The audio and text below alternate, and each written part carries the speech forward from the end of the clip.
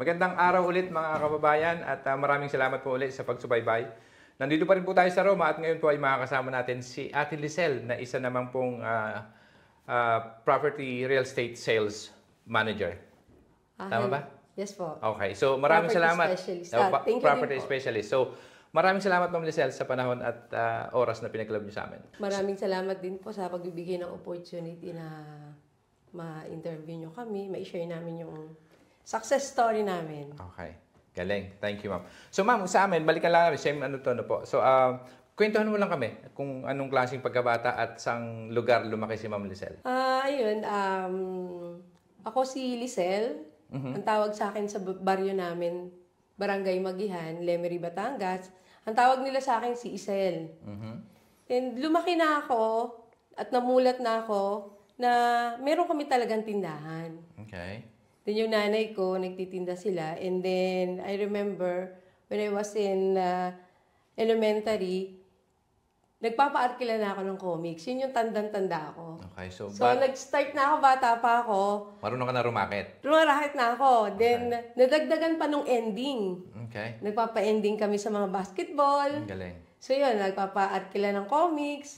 And then, ayun, hanggang sa lumaki talaga ako sa nagtitinda na ang nanay ko. And product rin ako ng broken family. Nung bata ka pa ba, bukod sa ikaw ay masipag na nag-aaral na magnegosyo, kasi para sa akin lahat, pag magaling ka mag-sales, bata ka pa lang, magiging magaling na negosyante kapag lumaki. Naniniwala ako doon na kasi kahit anong negosyo, pasukin mo pag marunong ka magbenta, you can sell pretty much everything.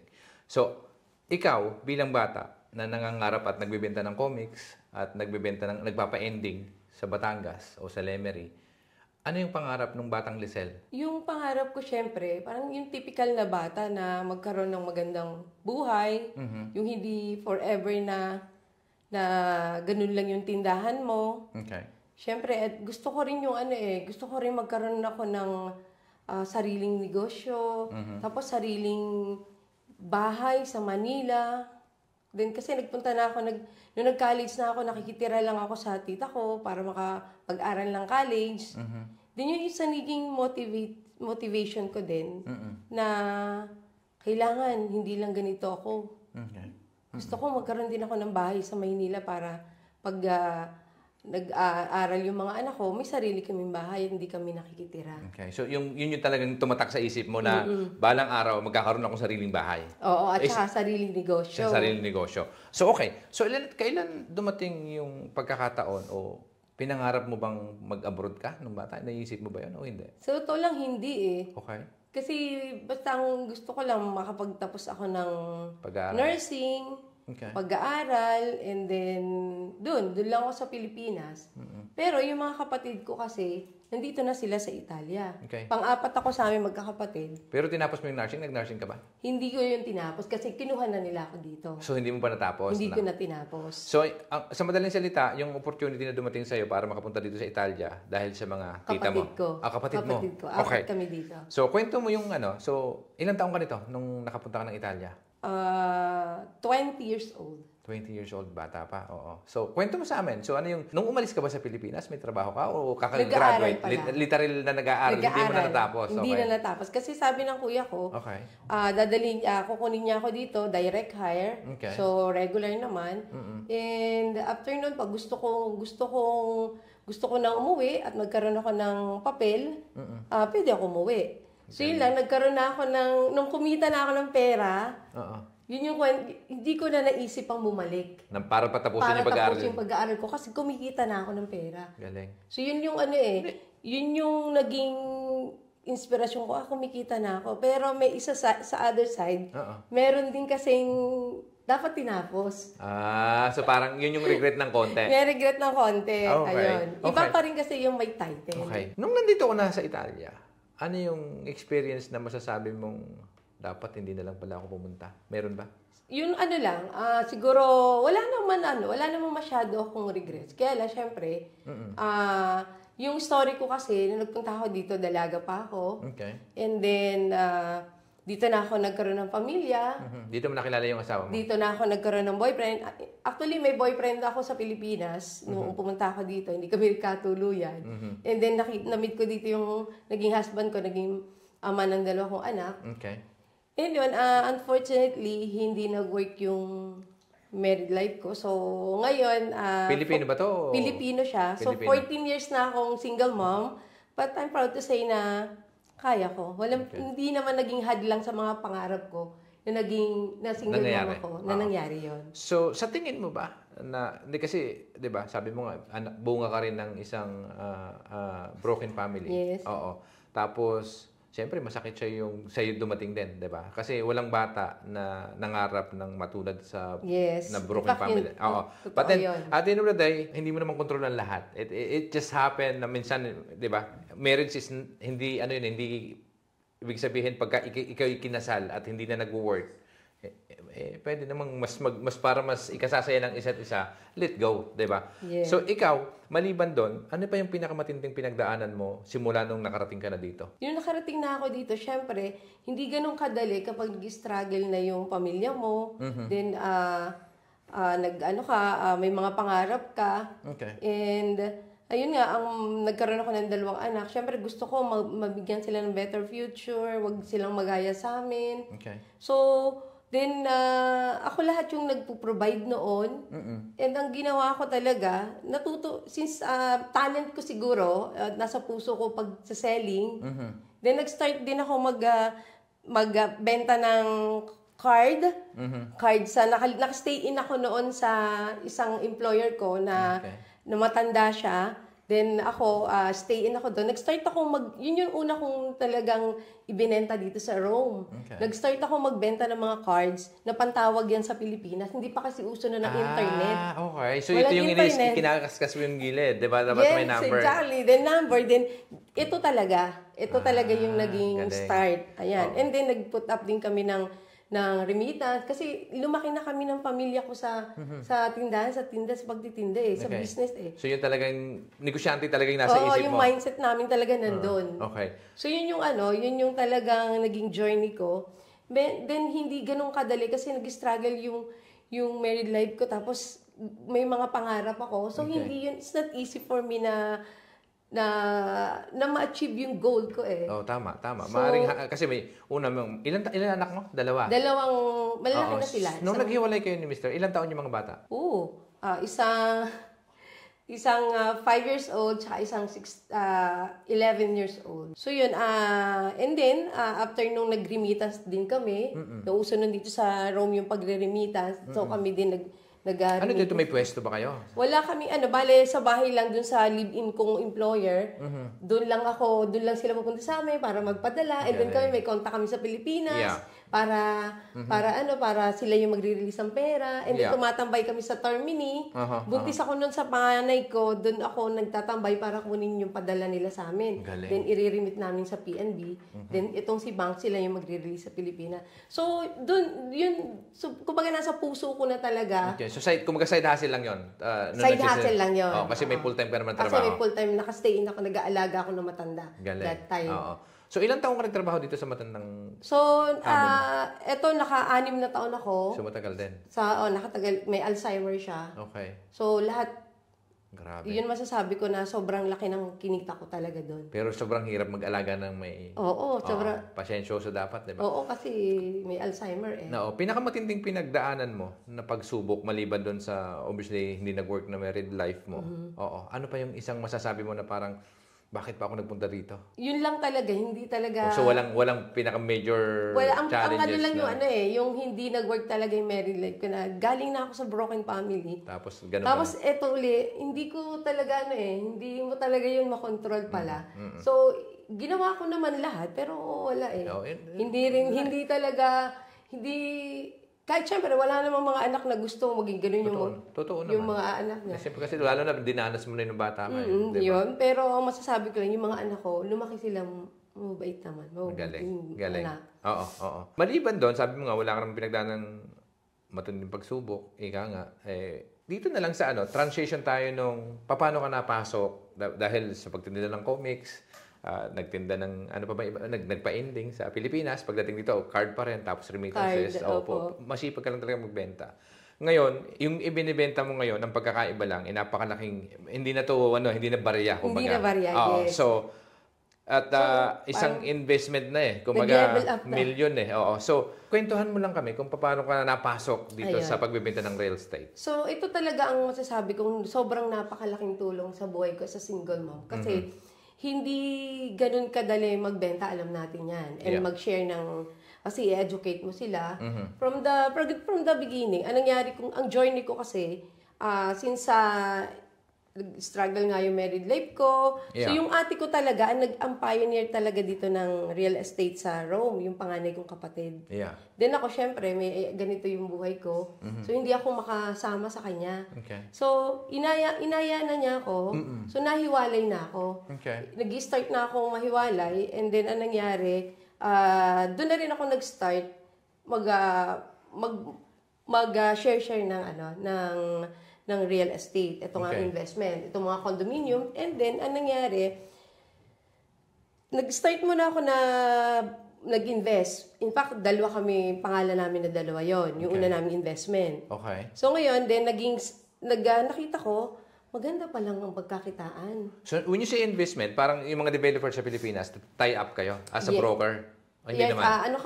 Bale, ngayon kasi, na nila ako, isa ako sa kanilang manager. So, may sweldo talaga kami sa kanila. So, may basic salary apart from the commission? Yes, apart from the commission. Which is, yun yung magandang inaasahan mo na kahit may mabenta o wala, at least may pera. Pag may nabenta is mas maganda. Mas okay kasi may sarili kang kita. Ang galing. So, yun. Ang dami sa ating mga kababayan, na hindi, ako pretty much is, tawag dito, wala akong tiwala din mag-invest sa condo So, the reason kami nakapag-invest sa condo, dahil obviously may studio ko sa Pilipinas, sa Manila, nagre-rent kami. So, yun lang yung isang dahilan bakit ako nakapag-invest sa condo. Kasi nga, sabi ko, sayang naman yung renta. So, but convert na lang natin sa condo. Baka sakali ko mga 7-10 years ago, 10 years from now, magiging atin 15 years. Sa inyo, bilang isang tagapagbenta ng mga real estate, ano ba yung magiging advantage ng isang OFW kapag nag-invest sila sa real estate? So, yun yung sa akin, based sa experience ko kasi, ito yung, kasi ako nag-start akong mag-agent dito kay SMDC since 2013.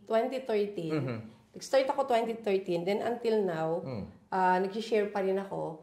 Kasi dito talaga, nagdoble na yung presyo nung aking ininvest nung 2010. Nag-start ako 2010, nag-invest ako sa kanila. And then ngayon, patuloy na kumikita yung condo namin kasi pinaparentahan namin. Galing. In fact, hindi kami nakaranas tumira doon kasi nandito naman kami sa abroad. Totoo. So, ang reason, ang purpose namin, kaya mas more on sa condominium namin, pinupush yung mga kapwa namin OFW kasi pang-rental business, pang-business. Okay. Kasi paparentahan nila yan. So, ang ibig mo sabihin, bukod sa pagtitinda ng comics, hanggang dito dumating ka na-upgrade, nagtinda ka ng card, tapos ngayon, condominium na yung mga binibenta mo. Kaya mo ginawang mag-condominium o pumasok sa sales ng real estate dahil sa experience mo mismo. Yun ba yung ibig mo sabihin? Dahil nakita mo na yung investment mo sa condominium na kumikita ng maganda at after how many years, mapupunta na sa'yo yun na pag umuwi ka sa Pinas, may bakasyonan ka na. Maaring ganon. Ikaw, sa'yo, ano ba yung reason mo bakit mas pinasok mong pinili mong magbinta ng mga condominium? Exactly. Yun talaga yung gusto kong i-share kasi gusto ko na yung goal ko kasi ayoko maging forever kasi binigay na ni Lord yung opportunity na to sa akin. Ayoko maging forever nakatulong sa Italia. Kasi binigyan ka ng chance na hindi na mapasok sa real estate agent. So merong kasing chance na hindi ka na maging katulong. Like ako ngayon, nag-start ako na full-time, nag-aalagang matanda. Ngayon, manager na ako, hindi na po ako nagkakatulong sa bahay. So, kung nag-focus na ako magbenta. Nag-full-time ka na dito? Nag-full-time na ako kay SMDC. Pangalawa, kung kakarilin mo lang talaga, kung magpo-focus ka lang talaga, nandito talaga ang pera. Mas malaki nandito talaga ang kita. Pangalawa, do you imagine, sir, yung anak kong panganay, pinauwi ko sa Pilipinas, ako mismo nagpapa-enroll sa kanya sa De La Salle University sa Pilipinas. One of the Top, best schools. university sa atin is La Salle. Alam natin kung gaano kalaki ang tuition sa La Salle. Oo. Pero sino po ang saan ko kinukuha yung pinapa-enroll niya? Galing. Sa kinikita ko sa pagsiselling ng mga kondominyo. Oo. So sa tingin mo, yung bata ka, yung pagbebenta ng comics, pagpapataya sa ending, pagbebenta ng card, naking malaking factor ba para... Kasi asset yun skills yun how to convince people Ikaw, sa'yo, ano yung sa tingin mo, bakit... Kasi yung iba parang, yung comics na ibinibenta mo, iba yung... The reason you're doing that, kasi kailangan mo ng pera, kumita. Yes.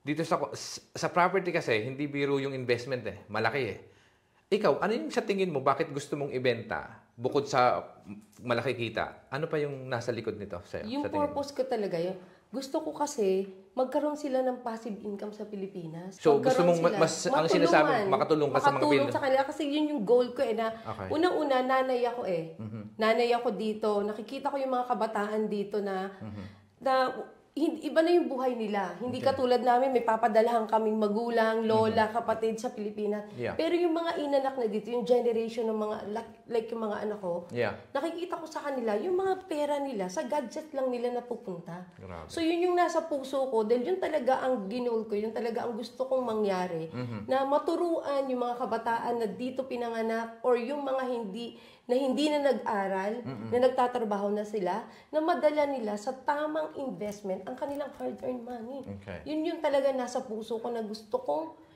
i-share sa kanila. Galing, no? And being a seller, gusto ko din na maranasan nila yung nararanasan ko na mayroon namang chance na hindi maging forever katulong. Tama. Totoo. Ito na yun. Gawin lang natin. Mag-focus lang tayo. Kung ano yung skill set. Kasi sa iyo, ang nakikita ko sa iyo, kaya mas ginusto mong pinasok sa sales, kasi bata ka pa lang, marunong ka na magbenta. So parang yung skill set mo nung bata ka na, magaling ako magbenta Alam mo sa sarili mo yun So ngayon, mas maganda lang kasi mas malaki na. Pinakamalaking commission na commission mo? Sa isang buwan po. Roughly, 6 figures, 7 figures, whatever. Sige, mga ano yun. Sige po, umabot din ako isang bagsakang 500,000. Diba? Nakita. Kita po yan. Galing. Kinikilabutan ako sa mga kitaan sa sales diba? So, ang ibig ko lang sabihin, ganun, diba, na parang bata ka na nagbibenta ka ng comics lang binibenta mo dati, kumikita bare-bare Tapos ngayon, kumikita ka ng 500,000. At tapos nakakatulong ka pa sa kapwa natin mga Pilipinong kababayan natin na nag-i-invest sa property. Minsan naman, ang nakikita kong problema doon sa mga consumer o buyers, diba? May isang kliyente o OFW na nakabili ng unit. Ano yung madalas na nagiging problema? Baka sakaling may maitulong lang tayo at ikaw din kung gusto mo nga tumulong sa mga kababayan nating OFW, baka sakaling sa panonood ng video na to ay matulungan natin sila na, oy, pwede pala, oy, mas may chance naman talaga namang palang totoong kumikita. Yung mga complaints na na-receive mo sa buong taon na pagtatrabaho mo dito, baka may ma-share ka lang para mas, sa akin kasi, educate the client for them to understand. Number one talaga yan. So yun, based sa experience ko, kasi ito, yung sa journey ko po ito, ang bit-bit ko dito, yung based on my own experience na. Okay. So kasi po dito sa amin, hindi naman siguro ako tatagal dito na hanggang ngayon, until now, humaharap pa rin ako sa tao.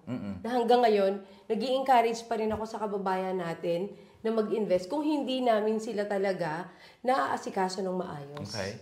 Kasi from the start, lagi ko pong tinuturo din po sa mga nag-i-agent sa amin. And then, lalo-lalo na sa mga investors. Sa mga investors, which is your client. Investors, unahin nyo kilalanin yung agent. Okay. Kasi magaganda ang product magaganda ang company. Malalaki, matibay, maganda ang produkto nila. Pero, importante is yung agent. Okay. Kasi sila yung mag-handle ng experience ni client mo, and then magpa-process ng mga documents mo, and then sila yung kasama mo sa journey mo hanggang dulo, hanggang sa mayabot yung susi sa'yo. Hanggang sa kumikita na, in diba? fact, ako po, hanggang ngayon dito po, kami po dito sa team namin, simula sa umpisa hanggang sa bank financing, ang inyong din pong lingkod ang nag-a-assist ng bank financing ng lahat ng aming client. Oo. So, hindi namin sila mapapabayaan. Hindi, kasi sa akin yung approval given yun Malamang sa malamang, pag OFW ka, ano yan may consistent income yan monthly, malaki yan approve ng bangko yan.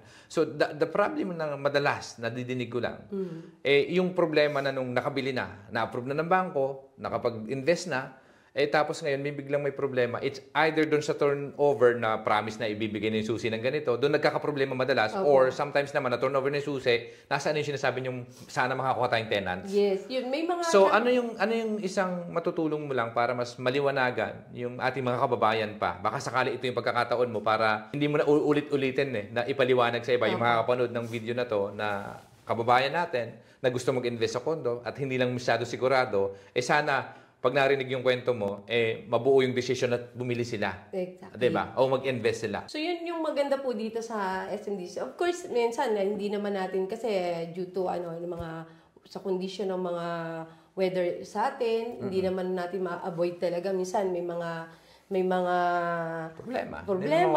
But ito lang po yung ina-assure ko sa inyo. Kasi dito sa team namin, at ang SMDC po talaga, meron na po silang tinayong SMDC Good Stays, which is yan yung property management at official leasing ni SMDC. Okay. Sila din po yung isa sa tutulong sa inyo para maparentahan ng unit nyo.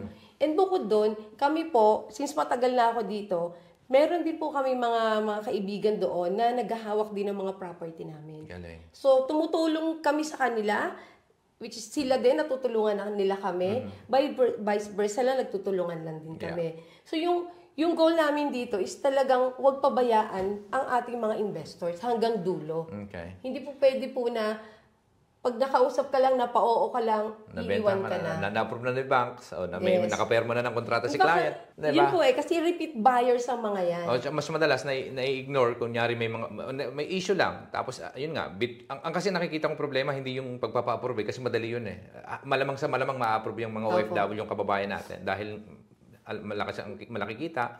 Tapos pangalawa, qualify talaga sila ng bangko na pautangin. Kasi may income. Oo. Yung gusto ko lang maintindihan, yun ang nagiging issue Sa turnover, ito papangakuan na maabot na yung susi, tapos hindi naabot. Para sa akin kasi, credibility-wise ng isang agent, o ng isang manager, o ng isang developer itself, na pag gano'n ng gano'n, ang complaint, sino ba mag-i-invest sa real estate, di ba? So, parang magkakaroon ng trauma yung mga tao. So, sa akin din naman, bilang dito sa atin, so, sana sa pamamagitan ng ginagawa namin programa, ay mas maintindihan ng ating mga kababayan na, ito pala yung daan para ma-avoid yung problemang ganon, ito pala yung pwedeng gawin. So, alam mo yung ibig sabihin? Yes. So, yun nga po ang ginagaranti lang namin. Kaya po hanggang ngayon nandito pa rin talaga ako. Kasi ang mga client namin, kahit may mga delayed talaga, aminin natin, hindi po talaga naiiwasan yung mga delayed na turnover, ganyan. Pero, ang maganda lang po talaga, si SMDC talaga, may customer service yan.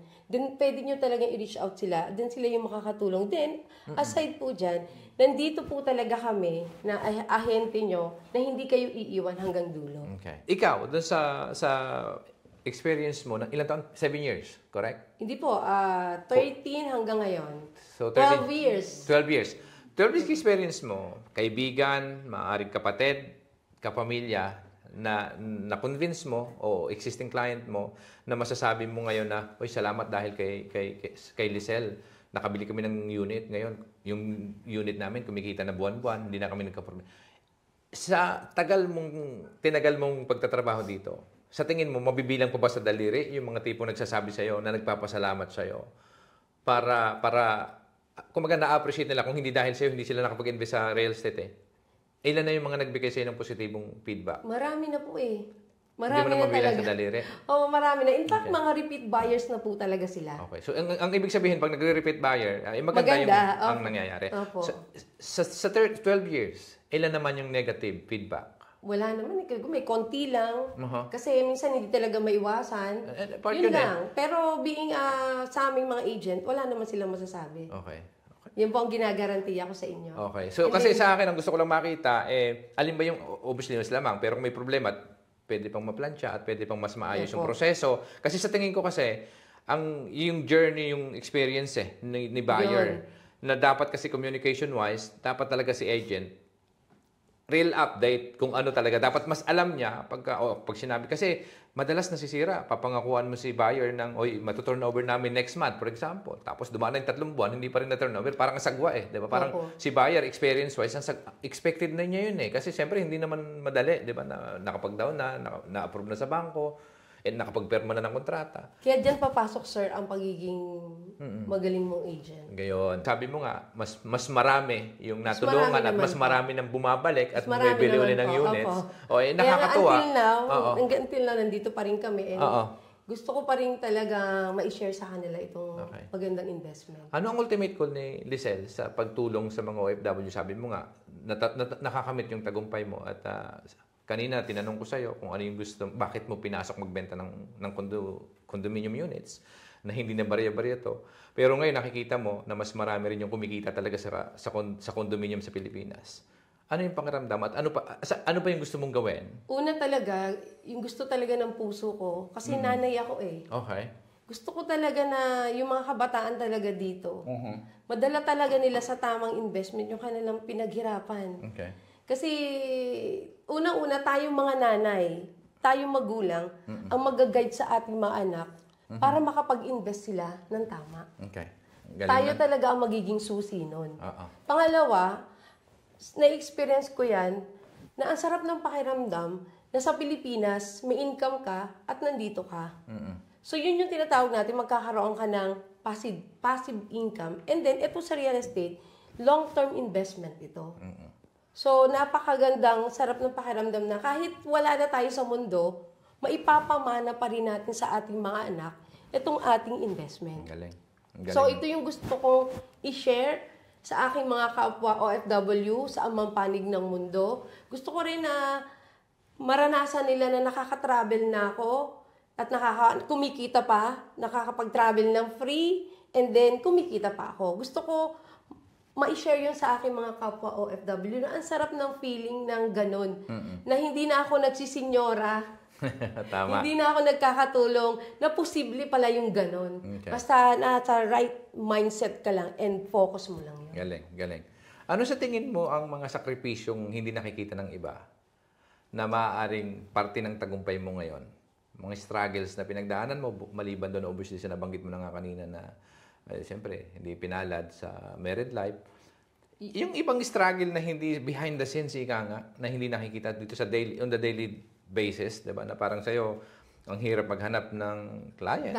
Opo. So, ikaw, sa experience mo bilang nagtatrabaho dito sa ibang bansa, ano yung mga sa tingin mong struggle at ngayon ay parte ng tagumpay mo? Yung lang, kasi po, syempre, yung sitwasyon ko kasi yung anak kong dalawa, nandito sila.